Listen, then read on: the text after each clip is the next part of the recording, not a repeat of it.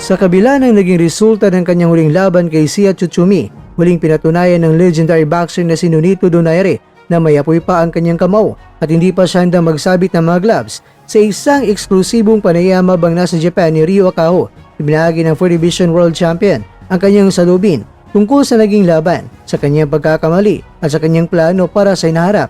Inamin ni Donaire na bagamat naging maganda ang simula ng kanyang laban kay Tsutsumi, kung saan dominado niya ang unang 4 na mga rounds, nagkaroon siya ng pagkakamali na masugatan niya ang kalaban.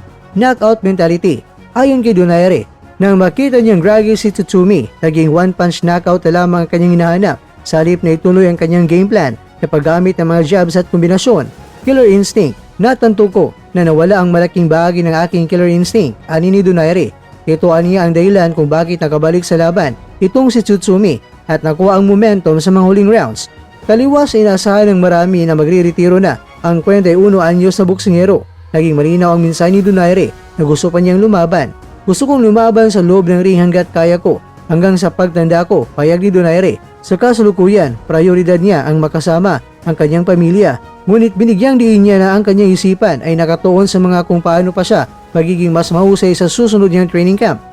Nang tanungin tungkol sa kanyang best bout sa kabuuan ng kanyang karera, nabanggit niya ang laban kay Naoya Inoue na kung saan binanggit niya ang hirap at sakripisyo